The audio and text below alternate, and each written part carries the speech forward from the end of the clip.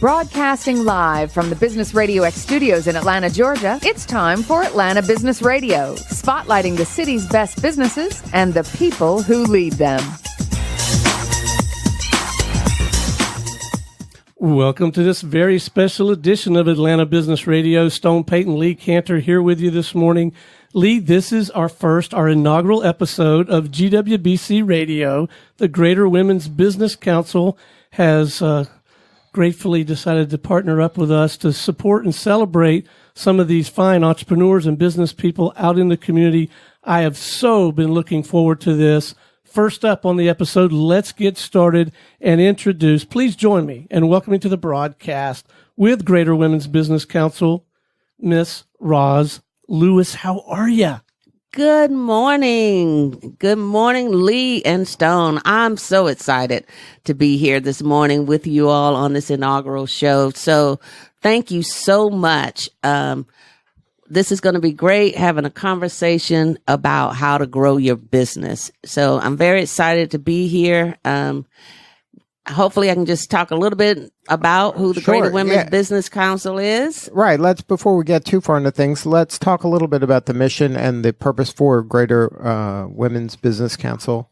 Tell us what you guys are doing every day. Well, the Greater Women's Business Council is a regional partner organization of the Women's Business Enterprise National Council. Now, that's a mouthful. So we're going to say GWBC and WeBank, WBENC. And what we do is we certify women businesses for major corporations, such as one of our guests that's here today, and also for the government. And the purpose of that is to provide procurement opportunities for those corporations' spend goals. So they have diversity spend goals to do business with small, minority, and women-owned businesses. And our organization, what we do is vet them to make sure they are who they say they are.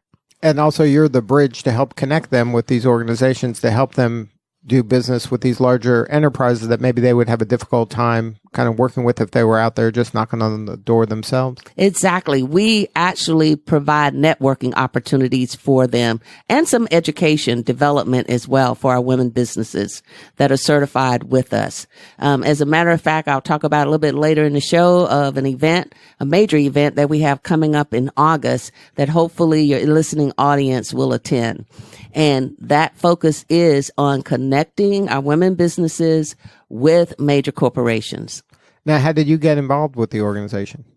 Well, I've been involved with the Greater Women's Business Council since its inception. Delta Airlines and UPS were the founders of this organization. And this started back in 2000. So we're actually coming up on 20 years. Wow.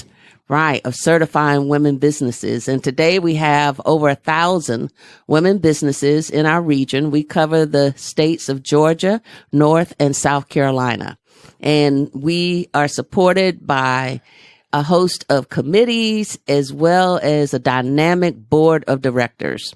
Now, this was an example where the enterprise level organization said, you know what, we want to be doing more business with women and minorities and these underserved groups. And they said, let's figure out a way that we can do that. So they invested resources, time, and people into this in order to create this kind of a network where you become that kind of matchmaker for this.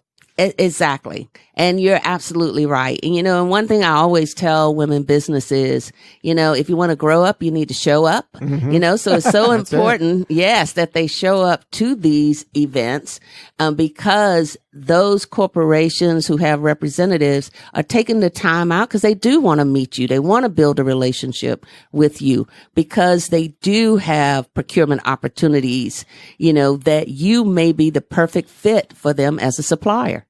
Now, having come from the large company kind of background to now working with a lot of smaller companies, do you have any good stories to tell of rewarding opportunities where you helped maybe a small organization grow and once they got in there and showed how good they are? Yeah, there are numerous success stories that have taken place, with our women businesses. I think part of our mission, though, is to be the connector. Mm-hmm. We bring you to the dance. But you gotta show up and do the work. You gotta show up and do the work, right? And so you come with your skill sets, you come with your competitive edge as to why that company should, select you. Right. But there are times too where I would say success stories have occurred where corporations have reached out to us to identify, women businesses to participate, and they were successful in securing that contract. And that's what's exciting. More importantly, we hear information back. One most recently, I would tell you, believe it or not, was the Super Bowl that was just here in Atlanta. And several of our women businesses received contracts as a result of being engaged with our organization. And then that would be kind of a platform. They would have a difficult time just calling up the Super Bowl and say, hey, I could do that kind of work, right? That would be tough for them to pull off.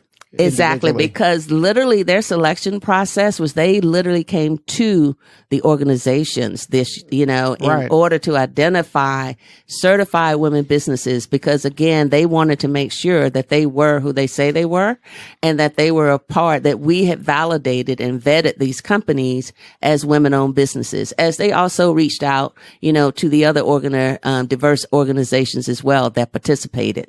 But we're very excited about the number of women businesses that receive contracts as a result of the Super Bowl. And it has extended beyond this one. Some of them, success story has extended, that's now working on the next Super Bowl. Right.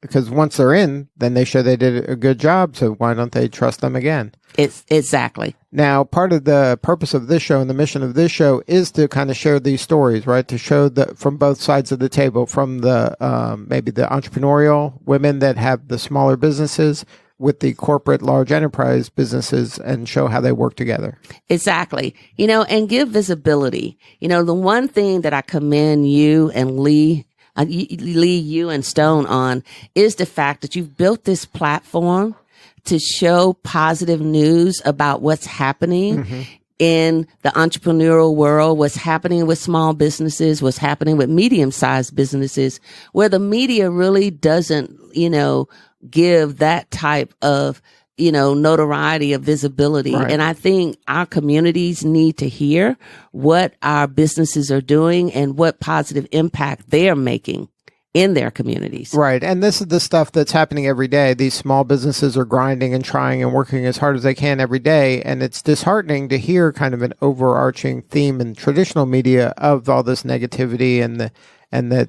big companies are greedy and exploiting, when in reality, they're very generous and they are helping, and people are trying to just make it work. I mean, that's what most people are doing every day, is just trying to make things good and work. Exactly. And think about the fact how the impact they're having from an economic standpoint. Right. They're hiring people. But both sides. When you look at the numbers, right, on both sides, you're taking those who have the entrepreneur spirit and ideas, and then they're coupling that with also what I call giving back, right? Engaging, making sure that they're creating a sustainable environment, because that's one thing we need to give credit to our small businesses, is the sustainability that they're creating. And also, more important, creating a consumer base, helping corporations to bring their products and services to market. All of that is so key and valuable. And I think more stories need to be shared on a national basis as well, global, and on the major networks about how the good work that small businesses are doing. You're right. And it's a symbiotic relationship. These large companies aren't doing a favor to the small company, because the large company, this is where they learn these new things and they get to work with a different group of people that maybe they wouldn't be on their radar.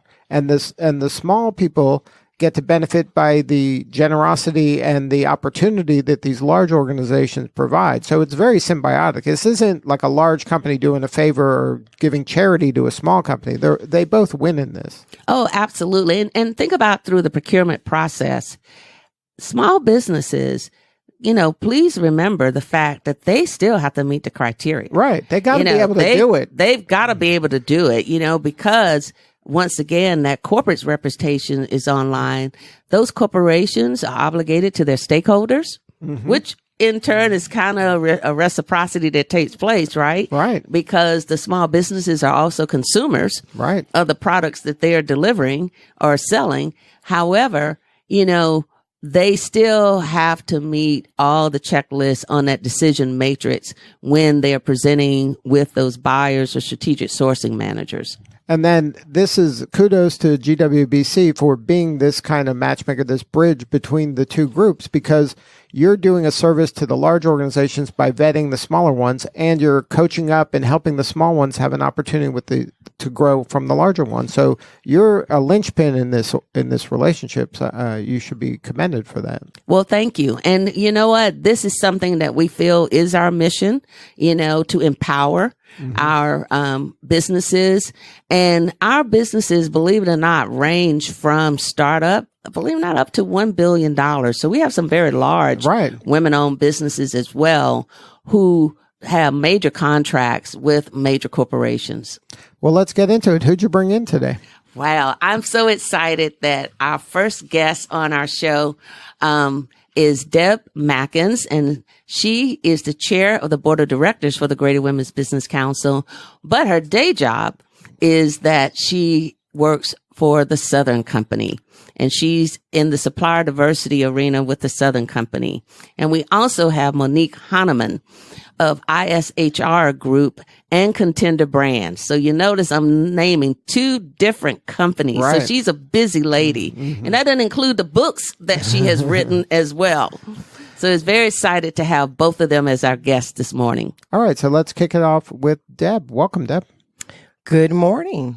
So now, Roz mentioned that you're the chair with the GWBC, but you have a day job at the Southern Company. How did you get involved with the GWBC? Actually, I've been involved with GWBC, I believe, since 2007. It was actually with a prior company. And I've always had a passion for small business, being an advocate. I've always been in a procurement role, and I felt that being in that role, I could be the person to bridge my company to diverse businesses, provide information, provide resources, help them understand the cultures and the subcultures, provide opportunities for development. So I've been involved with GWBC and small business for a very long time. And do you enjoy the part where you're kind of, you have to coach them up sometimes, right? Because the small business thinks like, oh, I'm just going to call them up and they're going to love me and my work and I can jump right in. But a lot of times they got to change the way they're doing things in order to serve you properly, right? Absolutely. And that's the really cool thing about the supplier diversity role, being a advocate, being a bridge, helping companies to understand you have to really have a value proposition as to why we should work with you, providing materials and services. Right. Because you have a lot of competitors. And not only are your competitors in Georgia, the Southeast, United States, it's global, really. So what's your value proposition? As a matter of fact, when I first met Roz Lewis in 2007, that's the first thing she said to me. Companies, corporates, you have to understand what's the value proposition so that as you move forward in your career, make sure you always have a solid value proposition for whatever you do. And I think that's great advice. Now, when you're working with these companies, how important is the kind of the mentor-mentee role and these kind of sharing the information and giving them kind of insider information to help them be more successful? Do you spend a lot of time in that? Absolutely. And with Southern Company, we actually have a very robust development program. I believe we have 5 different programs. We also provide scholarships to Tuck, and we partner the experts, the subject matter experts within Southern Company and the business community with entrepreneurs. And again, I'm going to go back to understanding cultures, subcultures, value proposition, What type of innovation can you bring to Southern Company or any company? What sets you apart from your competitor? Why should we do business with you? So it's just helping them to really avoid some landmines, I would say, because within Southern Company supplier diversity, we work so closely with our business units. What's important to my business unit may not necessarily be important to someone else. And because Southern Company has a footprint now across the United States, and we serve 9 million customers throughout the United States, it's very important to build those relationships within the company, and who better than your mentor to help you to navigate, to be successful. You know, one of the things that we always say at Southern Company, it may take a while for us to court because we want to get to know you and you want to get to know us. But once we court and it's successful, we'll probably have a very long marriage and a very successful marriage. So that's the role of supplier diversity, to help you to get there. It's not always about a contract. Sometimes it's just about the development. We can provide resources and tools to help you to be a successful business owner. So you may do business with us, or you may never be, working in the capacity of having a master service agreement or contract with Southern Company. But through our development programs, you'll be a better business owner. So, Deb, talk a little bit about, the fact that as chair of the board of a certifying organization, how important is certification, for these suppliers? Certification is so important. It really, whether you're a minority business or woman-owned business, it helps corporates to understand that you are who you say you are. So it gives more credibility. You're the person that you're the owner, but you're also in control. That's one thing. The other thing is Southern Company, many other companies, we're prime contractors to the federal government, and we have internal supplier diversity goals. So, we want to make sure that you are who you say that you are, so that when we report to the federal government, you are properly classified. So certification is very important. The other aspect of certification doesn't guarantee you a contract, but it could prevent you from getting a contract, if that makes sense. I talked to a WBE. She had a different reason for actually getting her certification. Through her industry, she was a member of an organization that required certification. So for her to even be a member of an organization in her industry, she had to go through it. So there are so many pluses. And when you think about what the value is, the ROI, it's a very small financial investment in yourself and in your company, but it can do some really great things for you. And finally, I'd also say with certification, get involved. I think you talked about that, engagement. So yes. Get involved.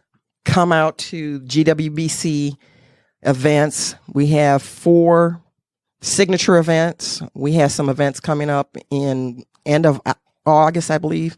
It's the Pop Marketplace and the Wave Golf Tournament.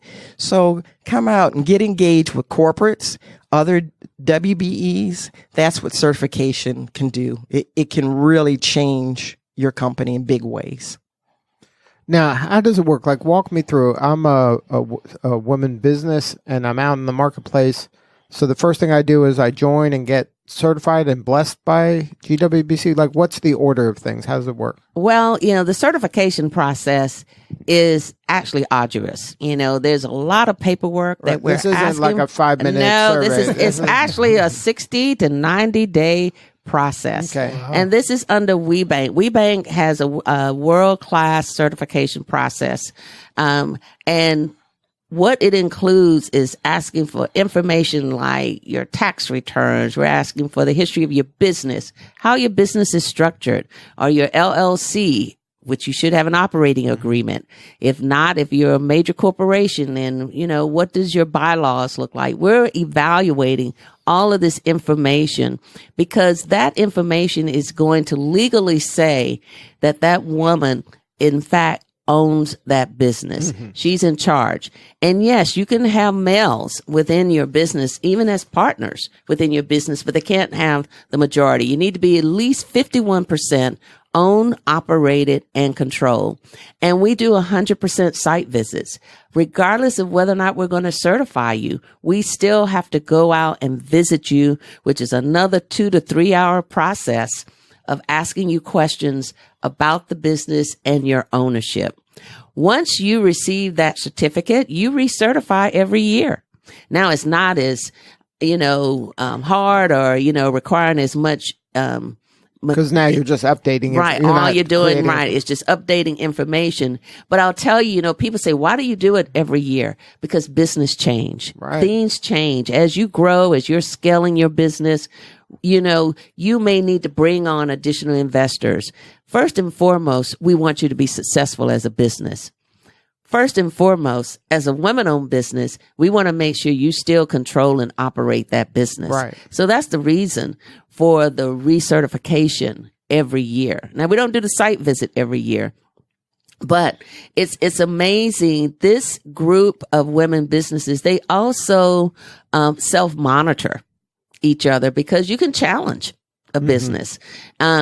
I will tell you in my previous experience, none of my challenges have been overturned that have been submitted to me because people just didn't know the details of what was going on at business. Because unfortunately, the perception, especially in construction, for example, why isn't a woman business out there? If she owns it, well, no, she doesn't need to be out there with the jackhammer. She doesn't need to be out there, slinging concrete or anything. No, she's busily working on the strategy of that business and hiring the best people to be able to do that for her. So now they're certified, and then how does Deb, once they're certified, then they get on your radar? Like if you need a certain service, like how do they even become aware of you? And like how do you become aware of them once they're certified? Several ways. There are actually, WeBank has a database that some corporate member like Southern Company can go into looking for specific services or materials, and you can complete a search so you can find WBEs from that. It could be through engagement such as the Pop Marketplace. Are those networking events that you described, right? That's correct. It could be a committee. I've worked on several committees with GWBC and met numerous companies that you started that relationship, you work side by side, you like each other, you trust each other. Hey, perhaps we can do business together. And that accelerates, right? That's not just hoping you pick them out of a database. This is building a personal relationship. Absolutely. Right? And the thing is, we know you're certified, but the other thing at Southern Company, we still have to vet you. We have certain criteria that we look for. So it's great when you're certified, we vet you, you have the products and services we need, you have a solid business. Those are just a few ways that we meet companies, and it could be by referral. And, but whether it's GWBC, WeBank, those are wonderful avenues for meeting new companies. Now, what are some of the challenges you've seen that women businesses have had to overcome over the years? One of the challenges, and it may not be specific to women, it could be women, minority, small business, any company, many procurement organizations, they're consolidating their supply base. So when you take a number of contractors or suppliers and you have to look at the best of the best, again, what's your value proposition? How do you stay competitive? How do you stay competitive with corporate initiatives that are consolidating supply bases. Sometimes there are other opportunities that I think small business, women businesses should be mindful of. There could be tier 2 opportunities. I tell companies many times, green is green. So whether you're a prime contractor to Southern Company or a subcontractor, that's a great thing. So that, how can you remain a prime contractor to a Southern Company or any other corporate? Is that value proposition. I met a company several years ago that had materials that they could provide to Southern Company, but we had some master service agreements that, you know, why should we do business with you? That's the thing that I kept saying to that company. As we talked, I found out they had some innovation that we had not thought of. They actually answered some they had some innovation that answered some problems that we didn't know that we had. So that's how you stay competitive. Innovation, being a source to answer problems to corporates don't even realize they have. Those are the types of things that companies should think of. And then, like you said, you don't always have to aim to be the prime. You can work with the prime and be a vendor for them. And like you said, green is green. You still win. Absolutely. Absolutely. I would like to share, though, with our industry, it's historically been male dominated. However, we have a lot of very large WBEs that have grown with us over the years. They've built, they've scaled up. They've started it with one operating company, and now there were several. So I don't think that women should be intimidated when going after contracts or subcontracts in areas that are usually historically male dominated. If you have great materials, products, services, you bring innovation, perhaps there's some cost savings, there's just so many different things. Don't be intimidated to go for a contract or subcontract in a male dominated area. Know your truth, know who you are, bring the quality, the service, the competitive pricing, and you will win those contracts and be successful. And is that a lesson also for some of these business owners? Is you don't always have to be the lowest price, right? That's kind of a trap. People think that they got to immediately lower the price, and you're just looking for someone that's reliable, good, great at what they do, good service. Those are important as well. Yes, and in the procurement world, we call that best value. So absolutely. And I think that, is one of the things that is also key, in communicating the fact that you really need to pay attention to what's important in that request for proposal. Mm-hmm. What are the high percentage that they're focused on? And you're right, it's not always cost, because low cost does not necessarily mean best quality. Right. And so you want to make sure that you're providing that. And the other thing I would say is to answer any of the requests for proposals that you get, even if the answer is no, that you cannot participate right now, by all means do that. Because one of the things you want to remain is top of mind with these corporations. You want to stay on their radar. You want to be the one that, not that they necessarily have to go to a database all the time, but they know you because of the experience that they've had of engaging with you. Now, are you seeing more and more women kind of rise up in this? Are you seeing more women business owners since you began GWBC? Are you seeing more women kind of go to higher levels in enterprise? Well, is good question. Because if you think about just the number of women businesses in this country, we're almost at 12 million women businesses in this country, who are generating revenues of $1.7 trillion. That starts becoming real money, right? Yeah, that's real money. You think about that, that's the GDP of some countries. Right. Right. So they're generating a lot of money, and so they're, a lot of, one of the fastest growing segments. They grew 58% since 2007. compared to overall businesses that only grew 12%. So when you look at the impact that women businesses have, it's phenomenal and it's great. What has to happen is more of a voice. Mm-hmm. There has to be more information and communication about the success that women businesses, are generating. The example I love to use is the fact that just in our region alone, our women businesses are generating over 51,000 jobs just in the state of Georgia, North and South Carolina. And that's just with 1,000 certified women businesses that we have. Cause it's, really it's over about 600,000 women businesses just in this region, because this region has been one of the fastest growing regions for women businesses.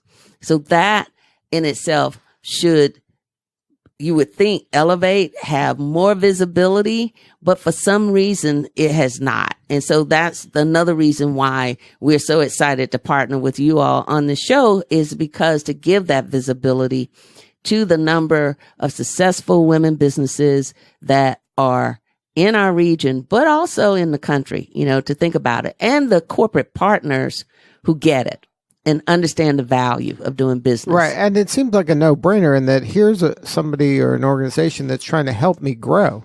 Like once I get involved, like Deb was saying, and not just put my name in and pay my dues, but actually get involved and show up and participate, all of a sudden these doors are opening that I would never have had access to if I was on my own. I'd be, scratching and clawing my way up when I can just go to these meetings and meet these people, build the relationship. And over time, if I continue to do good work, some of that's going to come my way. Right. So there's Cinderella stories, what we call Cinderella contracts. You meet someone and within, a few weeks or whatever, the timing is just right that you may be awarded that contract.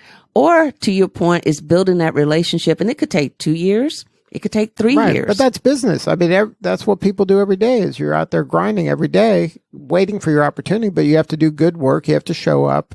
And it's great that there's an organization like this that helps kind of accelerate my growth. But, the thing of it is, I want you to know, we also partner, the Greater Women's Business Council, we partner with the Small Business Administration, as well in our region. And they have tools and resources. I can't say enough to say, and they're FREE. Free resources to help you grow and scale your business and build at least that foundation that you need to make sure you're structured as you should be structured. And small business development centers, they're usually headquartered at universities. Right. So there's no reason that anyone who's looking at starting a business or who is currently in business not reaching out and tapping into those resources, because they're very valuable for you in helping you grow your business. And that's, I think, a flaw, in a lot of small businesses, especially, is they're afraid to ask for help, right? That they think that, look, I'm the CEO, I have to know everything. People are looking at me to know everything. And there's so many generous organizations and people out there that want to help and want you to succeed. If you just ask, they don't even know. Well, and there's a saying that sticks with me by J. Paul Getty. You're either on a train going 60 miles an hour, or you're standing on the sidelines watching a train go by 60 miles an hour. Right. So which one do you want to be? Right. So you need to get on that train of assistance that's out there, for you. Even at Georgia Tech, there's PTAC, the Procurement Technical Assistance Center, another opportunity of resources that are available for people to want to, if they're serious as far as growing their business and becoming an entrepreneur. And that's at all walks of life, regardless of what the industry you're in, regardless of the product or service that you're selling. If you want to be successful and future think how you're going to become another Home Depot, you remember, think about how they started out. Just think about how some of the most corporations started out as small businesses. Right. Exactly. Right? You and don't they start scaled at the top. Right. So, and if you just want your business to be a lifestyle business for you and your family, if that's the work-life balance you want, go for that. I mean, it's your choice in this. That's the beauty of this. Lee, do you know there are over 1 million mompreneurs out there? 1 million. 1 million mompreneurs. And these are women who, to your point, lifestyle business, working from home because they're taking care of their families and raising their families. So yes, there is enough room, as we say, in the sandbox for everybody. So now, Deb, I wanted to ask you about this kind of category of supplier diversity. Is this a new thing? Has this been always been a thing, like where organizations are creating those kind of departments? Well, I'm going to speak on behalf of Southern Company and Georgia Power specifically. We just celebrated last year our 40th anniversary for supplier diversity, which within our industry, the electrical utilities, Georgia Power was the first electrical utility to have a supplier diversity program. Mm-hmm. So that's pretty cool. Supplier diversity is not new. There are many companies in the South that have supplier diversity organizations as well as across the country. And I think that for any entrepreneur, if you have any interest to find out what companies or a specific company that you're targeting to do business with, start by going to their website to see if there's some information about supplier diversity and some of their efforts with small business. It's very interesting. There are several women business owners or enterprises that I engage with on a regular basis. They have supplier diversity programs as well. So diverse suppliers are actually embracing that that initiative. It's not just the large corporations that are doing it, but not every major corporation has a supplier diversity program. And then if you were kind of talking to these organizations that don't have it, what would be some of the compelling reasons to invest time and resources into creating one? Well, now this is my personal opinion. Personal opinion. Mm-hmm.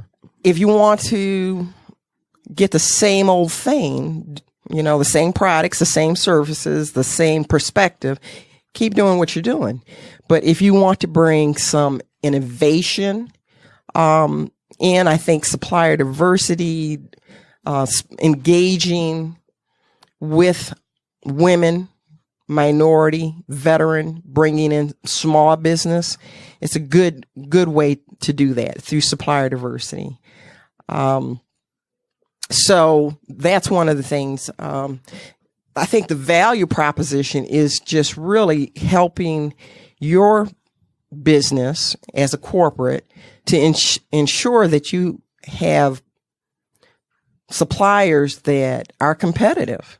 And one way to do that is through bringing new suppliers in. So I'm going to just give you an example. If your supply base for a widget consists of, 10 suppliers, and you continue year after year issuing those contracts to those same 10 suppliers, and you're not opening opportunities to small business, diverse business, how do you know that you're getting the most competitive pricing? How do you know that you're the customer, the favorite customer that, all the innovation and the favorite pricing is coming to you? So I think supplier diversity is a great avenue to bring in innovation, competitive pricing, that type of thing. Because innovation happens everywhere. And we're fortunate in America that we do have a very diverse population. And to just ignore big chunks of people, that doesn't make any sense. I mean, you're missing out. There's great things happening everywhere. And you want your supplier base to mirror your customer base. Right. That is something that's very key, and important. And, to Deb's point, about the innovation, but also your diverse suppliers are going to bring the ability to be nimble. They're going to bring, to be able, it's not so much red tape, right. From and a decision. They're going to be hungry. And they're going to be, right. They're also going to be hungry as well. But they also are using your product or service. So you're getting good focused feedback as well. And having them is valuable because now they can help you improve that product or service Right. and deliver it to the marketplace. And they might be looking at it in a slightly different way that you didn't even think about. Exactly. I'd love to share a success story, if you don't mind. Go ahead. One of our diverse suppliers at Southern Company actually met this company in 2012, and they were not successful in the bidding process at that time. However, they had an interest in establishing those relationships and being a better company, a better owner. And they actually participated in some of our mentoring and grew as a company, changed, kind of shored up some processes. In 2016, the same company that I met in 2012 called me and asked me, "Hey, Deb, I think it's time for this particular service to be rebid." Well, I had no idea. I checked and they were correct. Fast forward, 2017, they received their first master service agreement contract. Took 5 years, but they stayed in there. They hung in there. They were interested in their development. That company in 2017 grew from 40 employees to today 85. All of their all of their employees today have health care and benefits. That's something they were not able to provide before. They actually opened another location. So this company, staying in there, hanging in there, they had the wherewithal. They're growing. They're doing some great things. I wanted to give that story to you because one of the things that we're very passionate about and interested in doing in Southern Company is the community. This is one story of a company that more than doubled, and now they're able to provide benefits to their employees. That's a success story. And I think that as corporate partners, because we work on the board, I'd love for you to take a look at the website for GWBC and see all of the board members. We have some directors that are very passionate, very committed, both WBEs as well as corporates. But we're all doing these same things, providing opportunities in the community, helping small business become large business, helping them grow. And we're all committed and doing some great things. So I think that's really what it's all about. It's community providing jobs. Now, if somebody wanted to learn more about your work at Southern Company and, like you said, what's the website of GWBC so they can check that out, and Southern Company if they want to get a hold of you? Well, the website address is www.southerncompany.com, and you click on suppliers, and that takes you to a link for registration. Mm-hmm. So that's one way. Right. That's a good way. And then the GWBC, what's the website for that? That's www.gwbc.biz. Well, thank you, Deb, for sharing your story today. Thank you. So who else you got with you today, Roz? Well, we also have Monique Honaman, and she's with Contendere Brands as well as ISHR Group.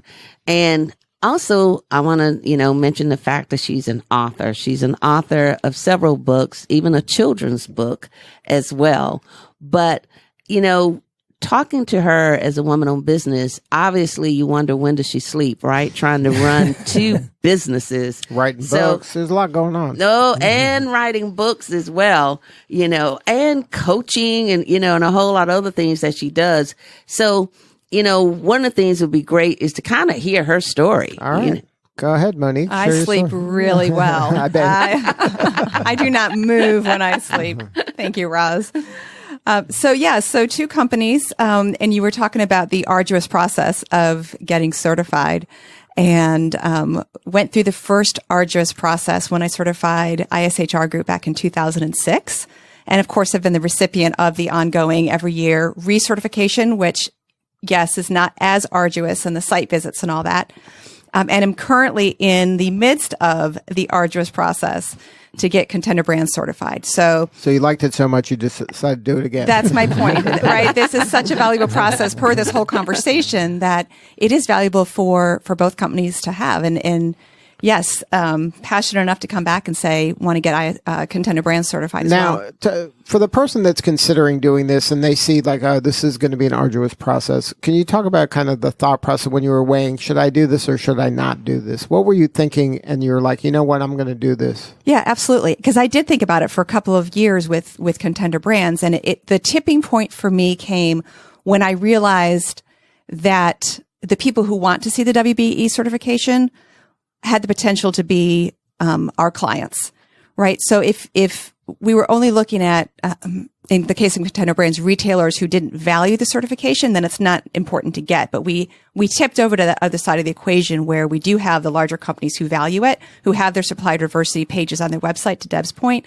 Once we tipped there, then we knew we needed to get it. Then it became a no-brainer at that Absolutely. point. Then it's like, I have to do this in order to play. Yeah. I got to get this certification. Yeah, and we joke about it being an arduous process, and it is on the one hand.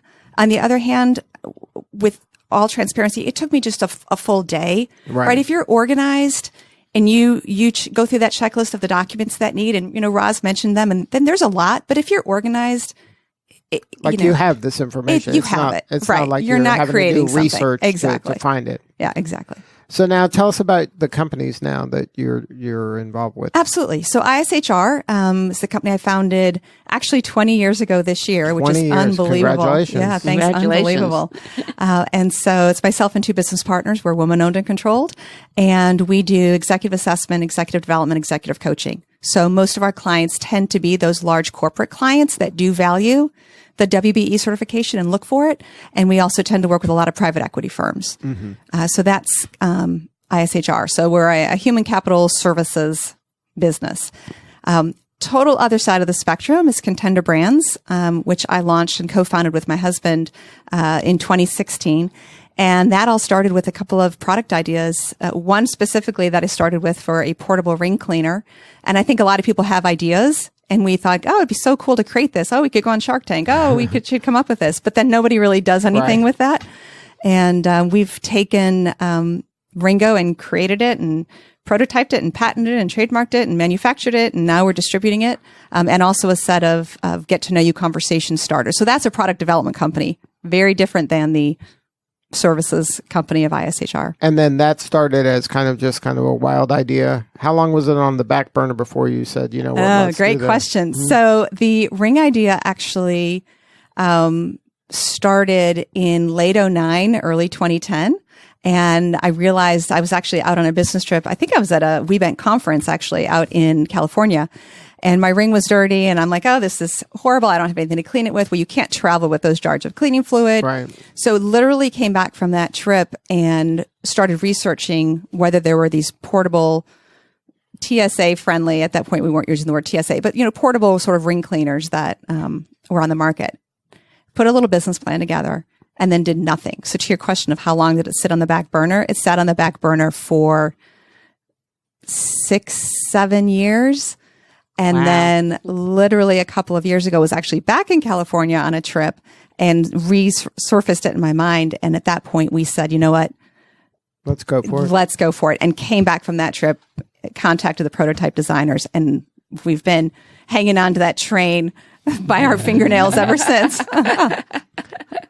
So now, at some point you decided to get involved with the GWBC. That certification was the catalyst, or were you involved with GWBC before kind of saying I'm going to be certified? So first heard about the value of certification again back in 2006 when I first got certified with ISHR. And for me, it was the opportunity to have this network, and they've talked about that's very important. But the educational opportunities, the programming that they put on in terms of sharing how you write a capability statement, how you, I can't even, it's just so many educational opportunities were so important. The networking, the connections, the matchmakers. Deb mentioned the Tuck program. I was able to go through the Tuck program, which is sort of a mini MBA that WeBank sponsors. So it's just been such a great learning experience over the years. So now, when you started the company, and then you're like, okay, I'm going to get certified. The GWBC, I'm going to go there, I'm going to learn. Did you become an active member? Like, I'm sure you were involved in lots of organizations. like, is this one of the Yes. ones you look forward to going to? Absolutely. Is this one of the ones where you're like, you know what, I'm getting a lot of value out of this? Yeah, Because I there's a think lot of organizations There's a out ton there. of organizations, and you've got to pick and choose, right? Because Right. if all you do is go to organizations, then you're never Right. working, honoring You're your business. networking. Yeah, You're I not- mean, it's great. Another night of networking, right? Networking, not working. Right, Yeah, exactly. there's a difference. Exactly. No, I actually became very involved. And in fact, Roz became a client, and I helped facilitate several of the board of directors strategic retreats over the years. Helped to moderate several of the panels that GWBC had. So became very involved in the events and, the awards programs that they have and the networking programs, and spoke at a couple of events. Presenting sort of knowledge to others as well. So I've stayed very involved. It's not worth getting involved. To me, if you're going to do something, do it all the way, right? And so that's good advice for the entrepreneur that's just starting out, or maybe at the earlier in their life cycle. And people right? who think, oh, I'm going to go get my WBE certification, and then my phone's going to start ringing, And then I'm done. and Right. I'm going to have all of these corporate contracts that are worth gazillions of dollars. Right. Like that's not how it works, right? Right. You have to get your certification and stay involved and meet and network and get involved and prove your value and. It's not this magic potion. Now, how long did it take until you were seeing some results where, hey, this is going to kind of lead me to the promised land? With ISHR, I would say a couple of years, to Deb's point, right? There's that building that relationship, meeting people. And showing you're going to show up, proving that you're not, because everybody the first day, it all looks enthusiastic and it looks like, you can't there's tell. that staying power. Right. And I also think there's that building relationship, right? Once you sort of know someone and you recognize a face, the second time you know their name, the third time you ask how their kids are, the fourth time you're going to go vouch for them for someone else. Like there's that relationship building. So ISHR, I would say, took a little bit. With Contendere Brands, and again, we're sort of in the midst of the arduous process right now, but have already been reaching out and talking to some folks, telling them we're about to get certified, and I'm already starting to see some upside there. So that might have much quicker, because you've already laid a foundation for. Yeah, that may have a quicker turnaround. And again, that's great advice. It's not just paying the dues and showing up occasionally. It's getting involved in committees and volunteering and showing, kind of demonstrating your work ethic and your value and your skills in real life situations, not kind of these hypotheticals. That's exactly right. Yeah. So it's the same as, your degree, right? When you get your college degree, how often did your phone ring? Right. It's Right. not like you were down then. It was sitting up there on they call that sheepskin sitting on the wall, but you had to activate that. You had to go out and do the lead generation in order to hopefully get the interviews, in order to get the job. And so it's the same thing with, growing your business and scaling your business. You really are going to have to put sweat equity into What you this. put in relates to what you get out, for Right. sure.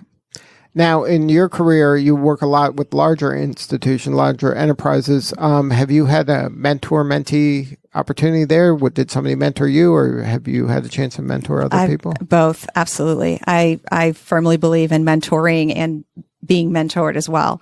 And I can think back to several people in my corporate career before I even launched out to being an entrepreneur, who have been instrumental in my development. And I've very definitely try to pass that forward. And there's several younger women, that I would consider my mentees, that I've sort of helped and tried to get them moving forward in their careers successfully as well. Now, what's some advice for the younger entrepreneur? Oh, one of my favorite lines is, what's the worst that can happen? Right. I think so many people are scared, and they think about something. They think about all the negative things or all the no's they're going to hear.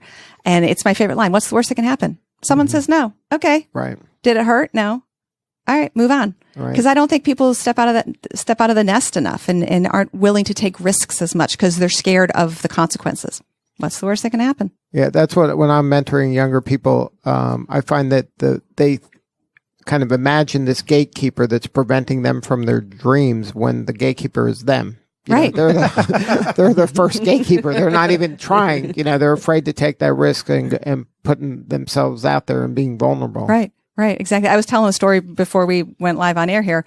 My daughter just applied for a fall internship at a major corporation, and she looked at the job spec, and she's not fully qualified. She meets some of them, but not fully. And so she's like, hey, Mom, what do you think? And I immediately said, you know what I'm going to say. Go for it. And she said, what's the worst that can happen? I said, exactly. You've spent a few minutes. Right. They can say Let no. them say What's no. the best that can happen? Don't say no first. Exactly. So now, Roz, is that something you help? Is there some opportunity to mentor the younger people to give them kind of some of the skills? Is there kind of a learning opportunity for the kind of pre-entrepreneur, or is this for only people that have already kind of taken the risk and became an entrepreneur? Well, basically, yes, because of the information we're asking for. Yeah, you do need to have all of these documents, in place of your business structured, so, we talk about micro enterprises, and then also looking at who our corporations are. They, in those contracts, those you got to be able to have your business scalable to be able to manage deliver that. Right. And, Deb alluded to some of that, about strategic sourcing and how they're ratcheting down their supplier base. But in the supply chain, that's one thing you want to keep in mind is the fact there's money in every level. So it doesn't matter. You don't have to be the prime supplier, right, to a major corporation. You can be a supplier of the prime supplier, which actually gives you more visibility. That's the, best kept secret. Right. Because now you got visibility to all of their customers. So, and you can step out. You can be first tier and second tier at the same time. So for the young people too, to your point of this question, we have, believe it or not, our organization called Next Gen. And Next Gen is where we do focus on the young woman entrepreneur, of helping her and scaling her. Because one of the things you got to think about generationally, the current successful woman-owned business, 9 times out of 10 may have come out of corporate, so kind of has that, foundation and background and structure, where today's young entrepreneur, they're saying, I don't want to work for a corporation. Right. I want to track my own path of success, yet they still need some infrastructure. They still need some guiding principles in order for them to be successful, because they're very disruptive, right? Which is great. That's what you want. And impatient. And yes, and impatient. But you know what? Life always teach you patience, so that's just live. Right. Amen. Whether you want it or not, it's going to teach you that patience, or experience is going to do that. And those no's, make sure they're educated no's, right, is what I always say. But we do focus on the next gen. As a matter of fact, we're just coming off the heels of our national conference that we held in Baltimore. And each year we invite numerous women businesses, young women entrepreneurs out of college, and it's amazing, some of their products and services. And we have a contest, and they literally present. And once again, it's amazing. They are mentored and they're paired. They're paired with a woman-owned business, and they're paired with a corporate member at this conference, because once again, we want to work and give them that infrastructure. But we're getting ready to do something, believe it or not, we're going to throw the dart a little further into the future, where we now are developing another program, believe it or not, where we're reaching all the way back to 8th grade. Wow. Yes. And identifying young entrepreneurs at that stage. And that just doesn't include young girls. That also includes young boys as well. It's called Planet Mogul. And we launched that, last year. And so that is also, and again, it is amazing what these young ideas are coming up with for the future. And literally that's going to affect our lifestyles. Roz, excuse me. I just wanted to interject this. I attended the national conference, and I believe the contest they had for the elevator pitches for the entrepreneurs, the winner, if I'm not mistaken, was 16. Wow. Yes. Wow. That's encouraging. Yes. It's one of those, it's a mindset, I think, more than anything. And Monique, you could probably speak to this, is you have to change how you think when you're a small business person, right? Like, you can't be held back by all these constraints. You have to believe that it's possible, or else you're not going to even try. I think you have to have an insatiable curiosity, a willingness to step outside your comfort zone, a willingness to take massive risks. So before I became this entrepreneur and launched these companies, I worked for very, very corporate-y America. Right. And when I left and started ISHR and now Contender, right, I am the CFO. I am the CMO. I am the CIO. You have to figure it out. And then to Roz's point, there's all these great resources available. You don't have to do it on your own. Right. And ultimately, you have to figure it out. So there's that curiosity that has to happen. And again, there's that stepping out of the nest and taking that risk, right? So many people have great product ideas. So many people watch Shark Tank every week and they've got their product and they fantasize about how they're going to be on Shark Tank, but they never take that first step of going and designing it. So there's that comfort with risk piece as well. Right. And then do you think that that's something that can be taught at a young age, that you can kind of let the younger people kind of skin their knee and see that they're okay at the end of the day? Absolutely. Absolutely. I mean, kids take more risks than anyone, right? They're the ones that are on the top of the tree. Look, Mom, I'm going to be Superman and jump out, right? But I think life sort of tampers some of that as we get older, and there's really no reason it should. Right. We got to kind of encourage more of that. Now, how did the authoring come into play? When did you start? Oh, that's in the midst of all this. That's in between ISHR and Contender. That came from life sort of happening. And I actually went through a divorce and found that people started calling me asking for advice, people I didn't know. And one thing led to another, and a fellow WBE person recommended, she's an author, and she said, why don't you write a book about it? And I said, I've never written a book in my life. And so wrote that book, wrote a second book. That's then, again, it's taking opportunities where they come up and being curious. I'm now remarried. Justin and I, he's bonus dad to my 2 kids. So a couple of years ago, we thought, well, let's write a children's book about what it means to be a bonus mom and bonus dad, stepdad, stepmom. We'd never done that before, but we figured out how to go find an illustrator. We figured out how to find, publisher of a children's book, which is different. So, a curiosity and wondering, hey, can we make this happen? We have an idea. But it's also taking action. Yes. Like, it's one thing to be curious and then just say, oh, that'd be nice. Future me will do this. No, that's the point. Right? You've got to have that idea and do something with it. Not just think about it, but do. Yeah. Now, are there examples you're willing to share of, taking one of these shots and then it exploding and you go, well, I'm not saying it's a failure. I'm just saying it's a learning opportunity, like to not do that anymore. Yeah, that's funny. Years ago, someone asked me in an interview, tell me about your biggest failure. And my response was, I don't know that anything's been a failure. I don't think that way. I think it is as a learning opportunity. That's exactly what I said. Oh, you should always just fail forward. Exactly. Exactly. There's been, with Contendere Brands, several stops and starts. There's been, we'll start down a path and make a big investment of time and energy and money, and we'll realize, ooh, that's not going to work. And so we've got to take a couple steps back. So in some respects, is that a failure? Absolutely. We've wasted time. We've wasted money. On the other hand, we learned so much from that. And when we redirected and then got back on the right path is so much better. I can think of the same examples within ISHR Group, started a sort of a I won't call it a side business, another service line, if you will. Started going down that path, realized it wasn't the right path for us. Was it a failure? We'd invested time and money, redirected back.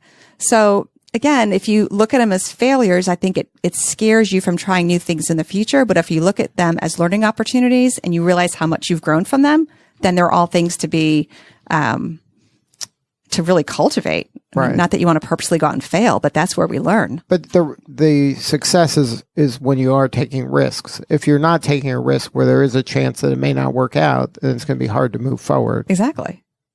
And it's like Deb said earlier, like there was a company that battled for years and years and years to become this overnight success, right?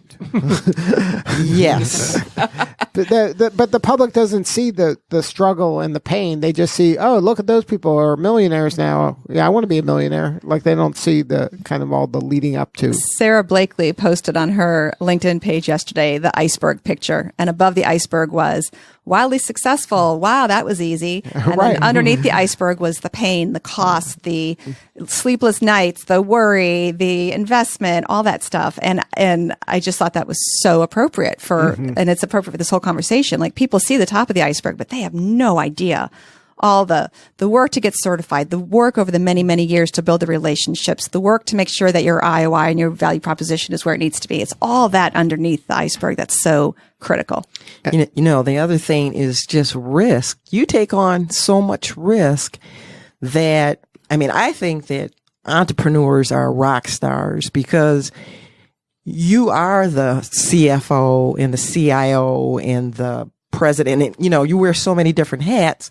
Whereas the corporate, I know that every 2 weeks I get a paycheck and I have my benefits. So, hats off to you and all the WBEs that you do it.